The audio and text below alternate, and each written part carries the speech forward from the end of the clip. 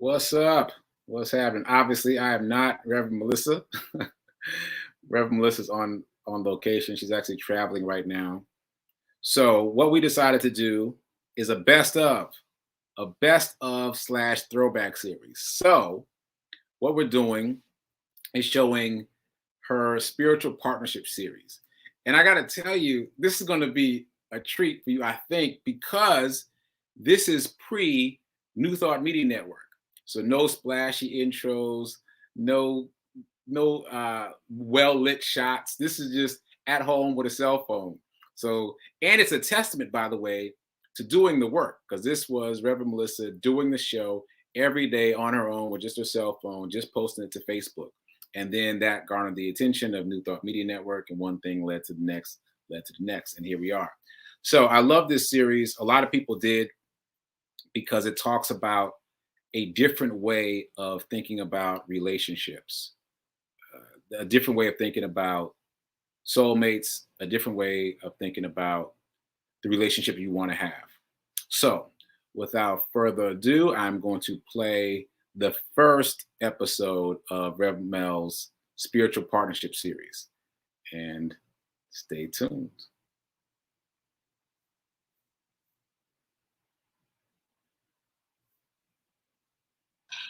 Monday, which means we're in a new series. And I shared last week when we did our sacred series that I got a lot of response regarding the sacred relationship that I did on Thursday. And then on Friday, we talked about spiritual partnerships in the context of sacred relationship. And that I felt a little tingly about that and was going to decide if I was going to continue with that this week. And guess what? I am. So, all of you who DM me to please keep the spiritual partnership conversation going. I'm going to give you a sips of it, just sips. So, if you want to go deeper, I'm here to be of service. You can do your work. You can do your work in spiritual partnership. It requires your conscious attention and your conscious intention. So let's get into spiritual partnership. And the wonderful thing about last week's sacred series is that unbeknownst to me at the time, but God knows, every single day was really building the foundation for this conversation about spiritual partnership. Spiritual pause. Lord knows when we're in spiritual relationships that we need to take a pause, right? Before we speak our sacred words, because we know our tongues are creative, right? And we want to speak with a conscious tongue. And then our sacred work, is your spiritual partnership in tune with that which is your divine assignment or not. And then sacred relationships. So here we are in spiritual partnerships. I'm so happy to see all of you jumping on with me this morning. Peace and blessings to you. So let's talk about spiritual partnership. Okay. So I want to share, of course, something that I experience often being an interfaith minister when I do premarital counseling with couples before I agree 100% to perform their ceremony. And some flags that I see are when people start talking about how someone else completes them, right? And that how they need this person to feel, good about themselves. Those are usually flags that there is some internal work that needs to get done.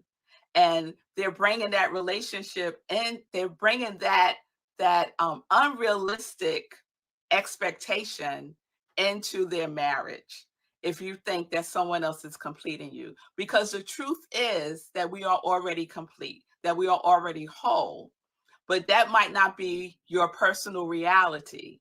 And if that's not your personal reality, then you have work to do. You have work to do. So it's information for you to know about before stepping into a sacred partnership or in a marriage. Okay? So I just wanted to make that distinction because I hear that often, like this idea that there's this one person that's right for you. Be right for yourself.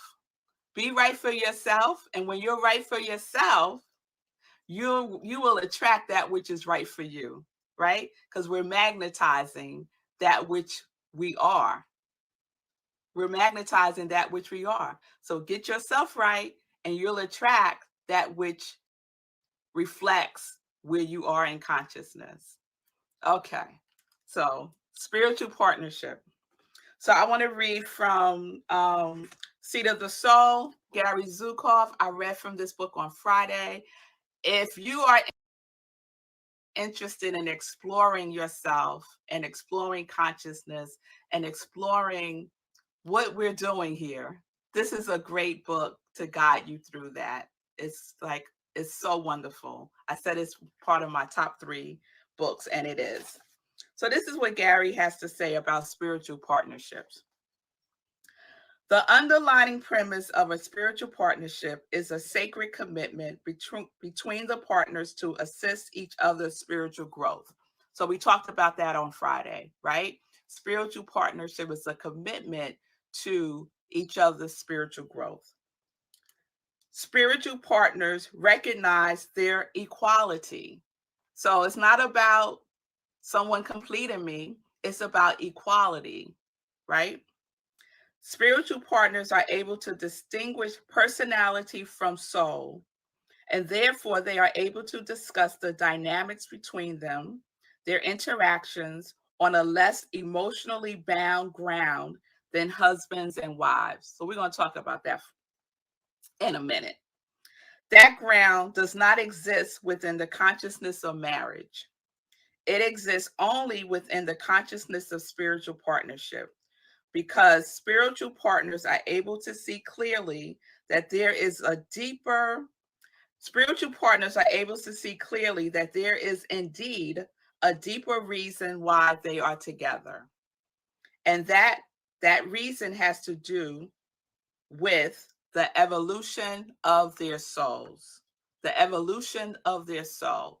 So let me speak just a moment about what Gary is talking about when he mentions the consciousness of marriage, right? So I'm married. I've been married for 18 years, right? And so the archetype for marriage used to be for, physical survival, for property, all that stuff that was the archetype for marriage. And it was a consciousness around that. And that consciousness still exists today. People get married for a whole host of reasons. And if one of those reasons does not include a consciousness of spiritual partnership, then you're not in a spiritual partnership. You can be married and be in a spiritual partnership because you have a consciousness of spiritual partnership. You have a consciousness that is committed in your spiritual growth, your conscious evolution together. So I don't want anyone to come away from this thinking, oh, Rev Melissa said, marriage is not the way to go. I'm not saying that. What I'm saying is be aware of the consciousness of your relationship in marriage and not in marriage. A consciousness of spiritual relationship is grounded in spiritual growth. Okay? So in that spiritual growth, stuff comes up. Stuff comes up. And it's recognizing that the stuff that is coming up that needs your attention for healing or for revealing of the healing is an opportunity for you to take and make a conscious choice about how you're going to show up in that relationship. Because in relationship, that's how we learn and that's how we see the things that we need to work on within ourselves. And we can choose to do so in love or in fear. We can choose to do so by making the other person wrong or by recognizing that we are in a spiritual relationship. This person is committed to my spiritual growth. And so I need to look at this within myself. This has nothing to do with the other person. This has everything to do with my evolution of consciousness and my spiritual growth. Okay? So this is day one. This is day one. Tomorrow, we're going to continue on this journey of spiritual partnership. Let me see if there's anything else I want to say about this. Just to emphasize responsible choice is consciously choosing to speak in love, even when you're feeling frightened, upset, angry, all that's going on with the personality, right? Choosing, making a responsible choice to speak in love. And that can require a sacred pause, because you're getting ready to use your sacred words. And you want those words that you are speaking that are creative to speak in love. To speak in love. So whatever is going on within you, do your work. And your partner is there to support you in doing your work, because they are committed to your spiritual growth. And in your partnership, you are committed to evolving in consciousness together. So be responsible. And responsible is all about the ability to respond in love. And when you can't do that, go within, take a pause, practice your spiritual practices. Okay? So this is all good news, and we're going to continue tomorrow. Today, you'll know I had to rock love. I had to rock love today. Love all over the place. Love all over the place. Love all over your relationships. Love all over your consciousness. Love, love, love, love. So love yourself. Love your partners. Love life itself, because love itself loves you. Okay. All right. So that was the first episode of Spiritual Partnership. And it's interesting to see the transition, right? So as you saw, she was talking about her love t-shirt. We used to do this t-shirt thing. Like every episode, she'd wear a different t-shirt and she'd talk about who created it. I even sent her some t-shirts. This was before I was doing Hero Gear. Wow. Well, I sent her a t-shirt about essential workers. That's a whole other story. But in any event, we were doing t-shirts at the time. And obviously, we didn't have all the pomp and circumstance that we have now with the network. Again, shout out to New Thought Media Network. I forgot to promote them on my show earlier today, so I'll do that now. Check out the website, ntmedia.org. You can make a donation to the network as a whole. You can also see all of the other programming available on the network. All right, so I see some folks popping in the comments. I appreciate it. Thanks for the love, Lindsay. Appreciate that. Yeah, it was good. It was very impactful, that series. And I just want to say one quick, oh wow, we're so great on, look how good we used to be on time. Look how good we used to be. That was like 10 minutes. So we're getting there. We're getting back to it. Anyway, so just one quick comment. I took her advice, Reverend Mel's advice, and I looked at the book Seat of the Soul. And in combination with some other things she referred me to, this is what I came away with. It helped me. It forced me to redefine the word soulmate. It forced me to redefine the word soulmate, because typically, speaking for myself, I thought of soulmate as that one person who is right for you. And like she just said in her sip, be right for yourself. Be right for yourself, and then you will attract the person that's right for you. That's part A. Part B, my new definition of soulmate, based on The Seat of the Soul by Gary Zukav, is a soulmate is the person who causes your soul to grow the most. It's the person who causes your soul to grow the most. So that means that your soulmate, using that definition, could be somebody you're not even in a relationship with anymore. It could be that worst relationship that caused you to grow in response. Like when you think about it that way, you think about the souls collaborating to create the most growth for you and the other person, then you have to rethink your relationships by that definition. So just one more time, how I define soulmate now is a person who causes your soul to grow the most. And if you take that definition and you check out Gary Zukav's book, it's going to completely redefine the way you look at relationships.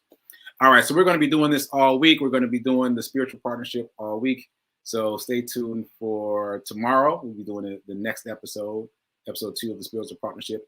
For those of you who missed Meditation with the Moon, we did it last night, not early this morning. It was last night at 11 p.m. as opposed to 4 a.m. this morning. So check out the replay. It started a little bit late, but we had a good time. So check it out. Check it out, and check out Living Life in Joy from Sunday. That was a really good episode. But those of you who don't know, Rev Melissa interviewed Lisa Sutton, who was the founder of In God's Hand, which is one of the 7 nonprofits that I've been contributing money and resources and hero gear to. So please meet the founder. Meet the founder. Put a face to these names that I've been talking about for a while. All right, so I'm going to get out of here. And you will see me again tomorrow for the Be Your Own Hero show at 10 a.m. Eastern. And again here at 10:30 for a Sip with Rev Melissa. All right, I'll see you tomorrow. Later.